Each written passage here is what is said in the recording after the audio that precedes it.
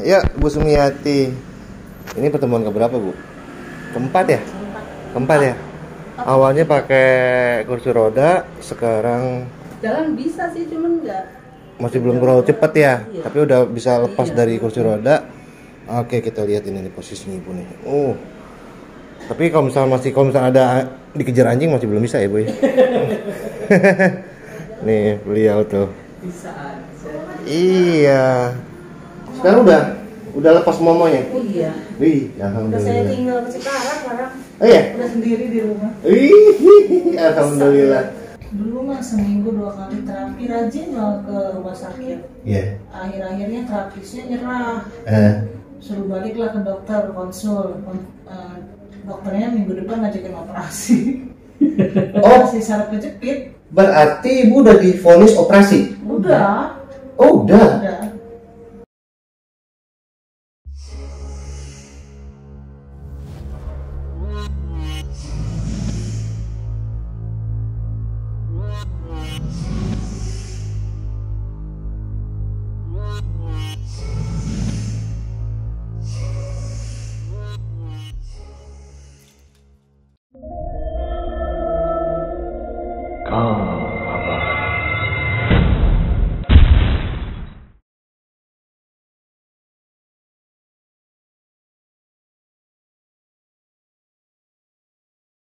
Awalnya pakai kursi roda emang? Iya.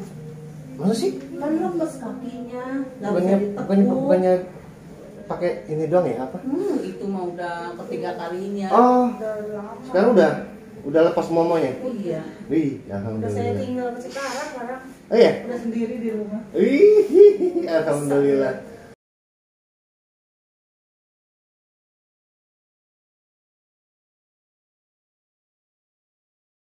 Salah satu cara untuk mengetahui apakah memang mereka bermasalah dengan syaraf kejepit di bagian area lumbar atau enggak. Ya, di area lumbar ini banyak ya istilah-istilahnya.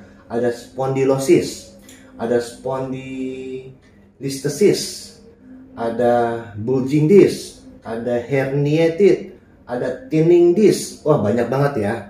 Jadi itu bicara masalah saraf kejepit, tapi bisa juga bicara masalah struktur tulang, kelainan tulang belakang. Ada yang namanya skoliosis, ada yang bicara masalah hyperlordosis, ada yang bicara masalah kyphosis. Ini di area lumbar sini.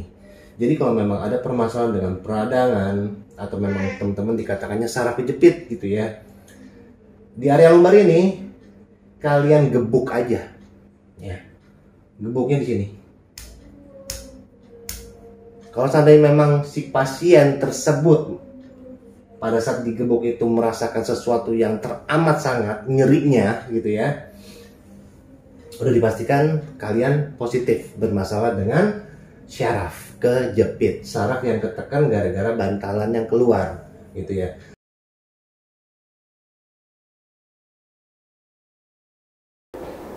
Ini saya gedar-gedar dikit nih. Oh, tuh. Oh, tuh. Begini ini sakit nih. Aduh, nyeri banget loh. Otot oblik. Oh, ya. Ini sakit banget ya. Tapi kalau seandainya kalian digebuk begini nggak ada masalah, ini berarti permasalahannya bukan dari tulang belakang, bukan dari bantalan. Berarti bukan permasalahan dengan syaraf kejepit. Atau dengan spesifik juga, lebih spesifik lagi, ini kita gunakan ini nih, gelombang dari jari tangan kita tekan aja begini di bagian si tulang, mulai dari area sakrum sampai ke area lumbar 1. Kalau memang si pasien itu ngejerit gitu ya, ibarat kalau misalnya kayak kalian sakit gigi kemudian pipi kalian itu ditekan begitu, gimana rasanya gitu.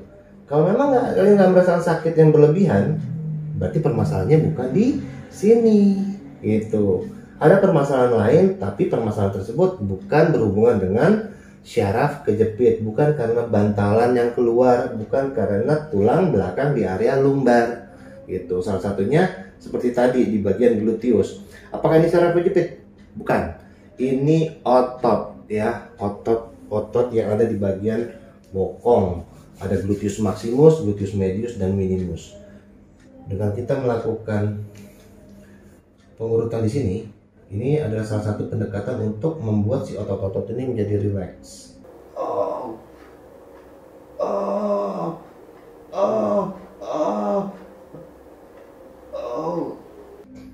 Apakah dengan diurut doang? Enggak. Ada latihan-latihan ringan yang bisa kalian lakukan untuk mengatasi permasalahan di sini. Cuma kan permasalahannya pada saat kalian sakit, apakah kalian mau untuk latihan? Ibarat kayak makan buah si malakama, ya. Mau sembuh, tapi otomatis kan harus dilatih. Tapi pada saat kalian latihan, itu sakitnya berlebihan. Jadi pastinya kalian nggak akan mau. Ada banyak juga yang memang komunikasi gitu ya. Jadinya orang-orang itu malah tidak melakukan gerakan-gerakan yang benar-benar menyembuhkan. Karena pada saat kalian melakukan latihan-latihan yang tepat sasaran, pasti akan menimbulkan rasa sakit di bagian yang sakit. Kita masuk ke bagian longissimus thoracic dan iliacostalis lumborus.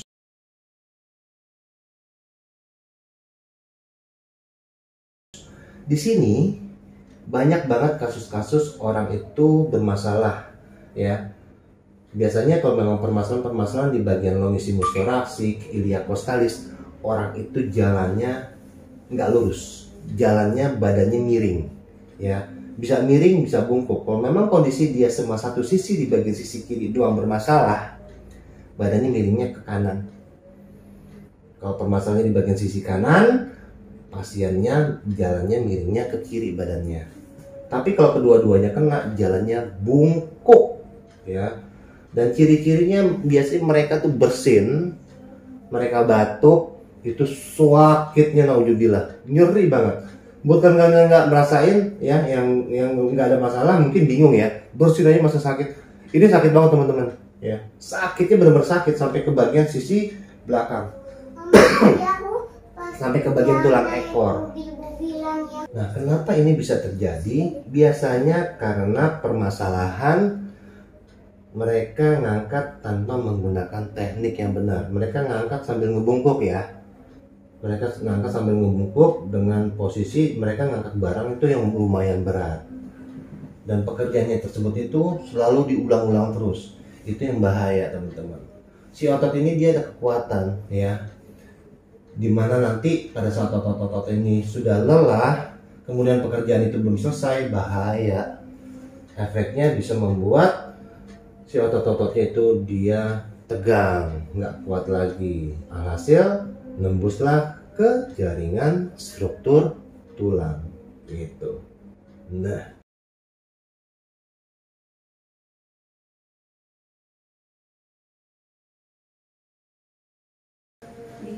awalnya pakai kursi roda sakit banget ya? Iya, linu.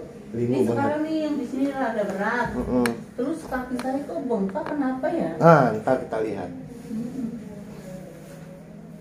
Tapi kalau buat jalan nggak sakit, tapi kalau dipegang Kemungkinan edema.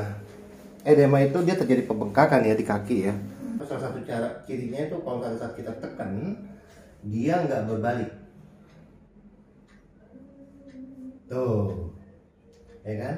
Nggak berbalik. Tuh, nggak berbalik. Kolesterol, trigliserid itu aman, nggak ada masalah. Obat-obatan yang berhubungan dengan diklofenak juga nggak ada. Oke, nanti kita lihat aja. Takut-takutnya memang permasalahan itu lebih mengarah ke pembuluh darah ya. Kalau terjadi pembengkakan, peradangan, biasanya kan akan efeknya itu dia nyeri ya, tapi ini enggak. Ini hanya edema doang ya. apa kebanyakan berdiri gitu, berjalan, bagaimana? Biasanya sih bisa karena memang kebanyakan duduk ya. Tapi kalau misalnya udah edema, biasanya si kakinya itu bengkak kayak kaki gajah. Tapi ini enggak. Enggak. Aman. Berarti yang kalau dipencet itu mendep ke dalam gitu ya? Mendep. Itu bapak saya begitu tuh. Biasanya, tapi kalau udah terjadi kayak gitu, kalau untuk manualnya si kedua kaki harus lebih tinggi dari jantung. Saat lagi mau tidur, kakinya diangkat Oh dulu. iya. Jadi si katupnya si pembuluh darah vena itu dia nggak terbuka secara otomatis. Tapi biasanya memang ada pemicu. Pemicu entah karena efek dari obat-obatan atau memang ada permasalahan lain, itu kan ketahuan tuh. Tapi kalau seandainya ada obat-obatan yang dikonsumsi sama dia untuk menyembuhkan si edema tersebut, biasanya reaksi yang timbul itu dia sering kencing. Iya. Berarti jalan udah bisa normal, maksudnya bisa kemana aja udah. Iya. Kalau lagi iseng suka jalan. Ngelayap. Ngelayap. Ngelayap. Berarti ibu pakai kursi roda berapa lama? Lama juga ya, ada 2 bulan. 2 bulan pakai kursi roda.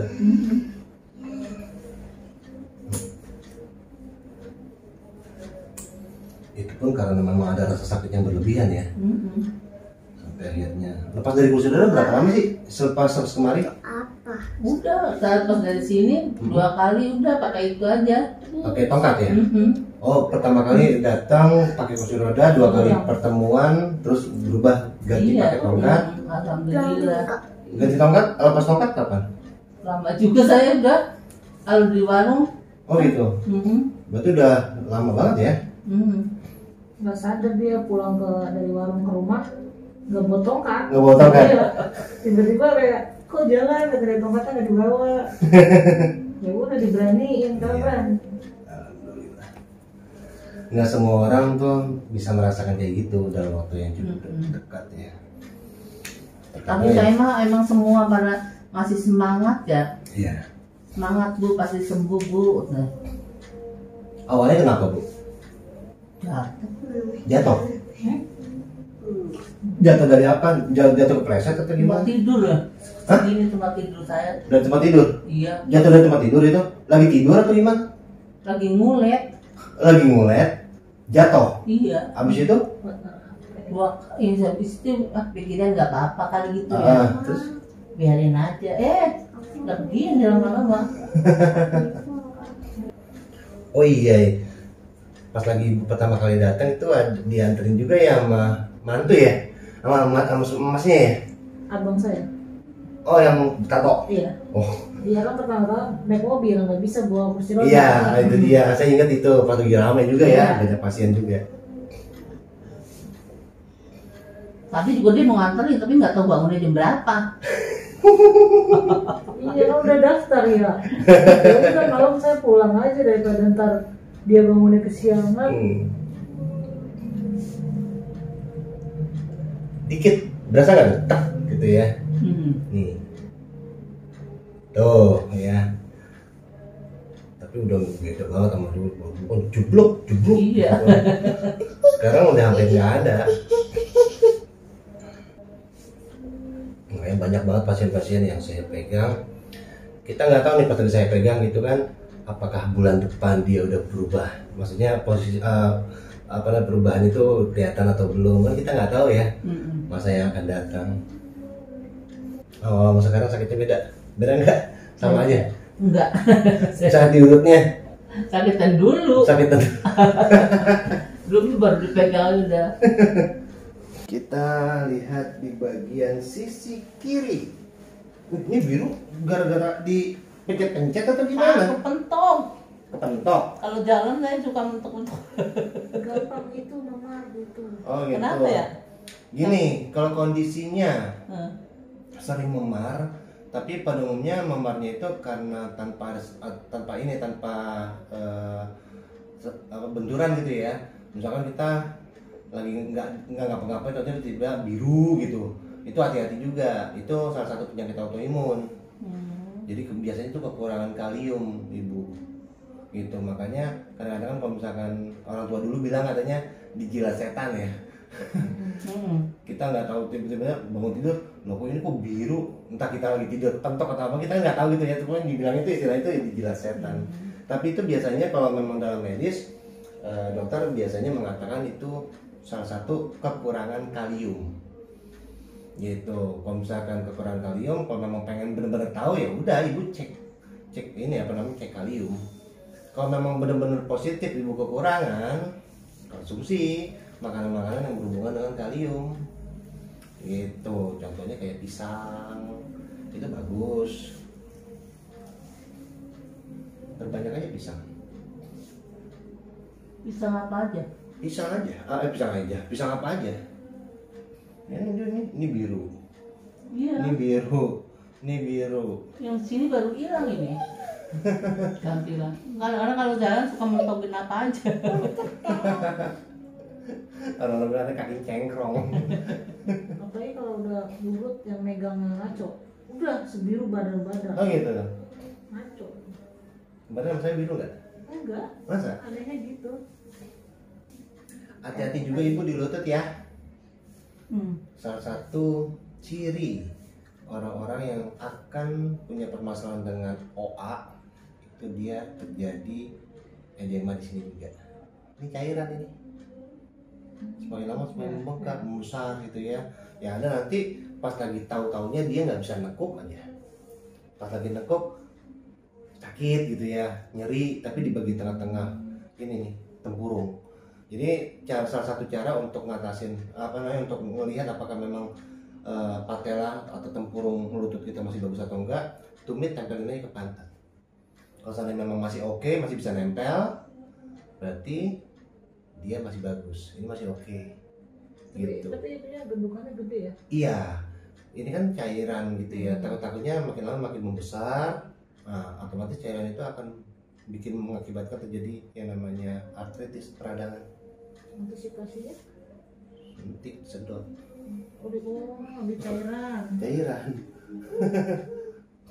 Cairannya warnanya kuning gitu. Biasanya orang masukin pelumas ya, ini disedot. Iya. Gitu. Tapi kalau memang ibu udah mulai ada masalah di bagian sisi dalam belakang lutut ini, tempelin aja es batu ya, biar cepat kempes. Es batu ya? Es batu.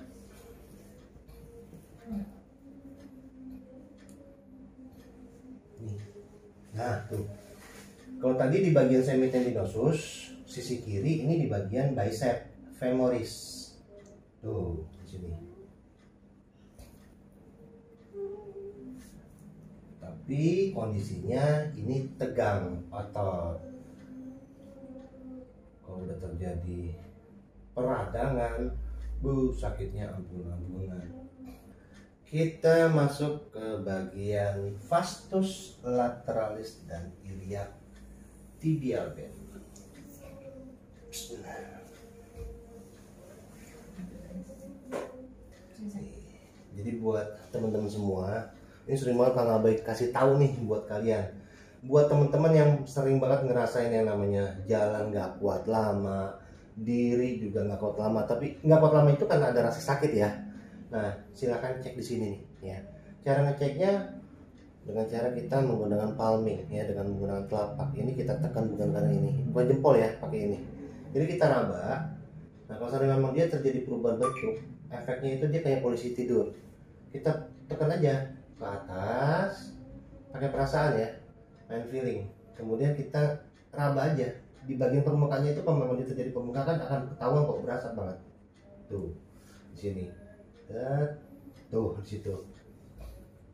Jadi posisinya dia bisa posisi straight lurus, bisa juga agak sedikit serong dikit gitu ya. Jadi nanti teman-teman posisikan si tangan ini kayak ngelewatin jalanan gak rata gitu loh. Tuh kayak ada posisi tidur. Dan itu biasanya cikal bakalnya itu akan terjadi pembengkakan. Kalau memang sudah terjadi pembengkakan, ya pastinya teman-teman nggak bisa jalan lama, diri kamu juga nggak kuat. Seperti ini. Jangan karena permasalahan ini nanti pada saat kalian berobat dibilangnya tulang belakang lah yang disalahin, dibilangnya saraf jepit lah gitu ya. Padahal cuma permasalahan seperti ini. Ini kayak ibu pasien saya, Bu Sumiati. Beliau awalnya itu dia pakai kursi roda, ya Bu ya. Pakai kursi roda, memang ada rasa sakit yang berlebihan ya.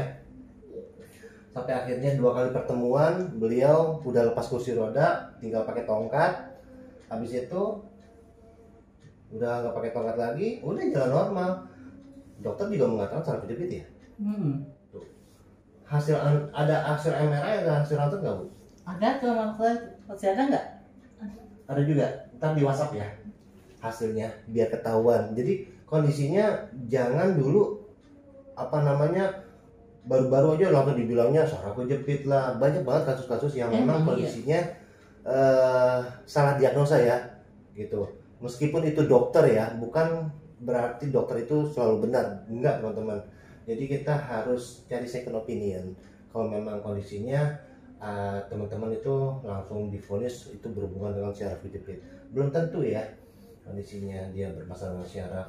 Karena pada saat Kang Abai coba lakukan pemeriksaan terhadap Ibu Sumiati, ini permasalahannya itu lebih mengarah ke kategorinya mialgia, nyerinya nyeri otot, bukan nyeri syaraf.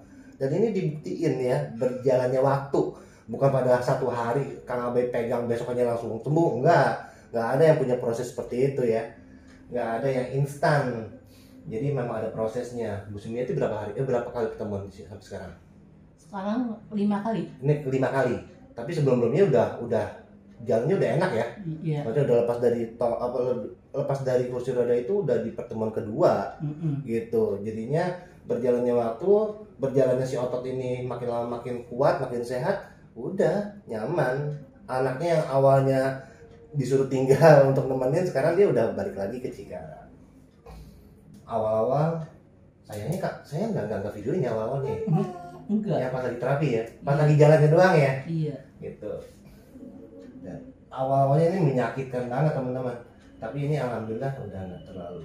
Nah, sedangkan permasalahan-permasalahan kayak gini nih di bagian ada, misalkan teman-teman ada pernah mengalami kayak biru sana biru sini pada saat kalian nggak merasa kayak kepetok gitu ya.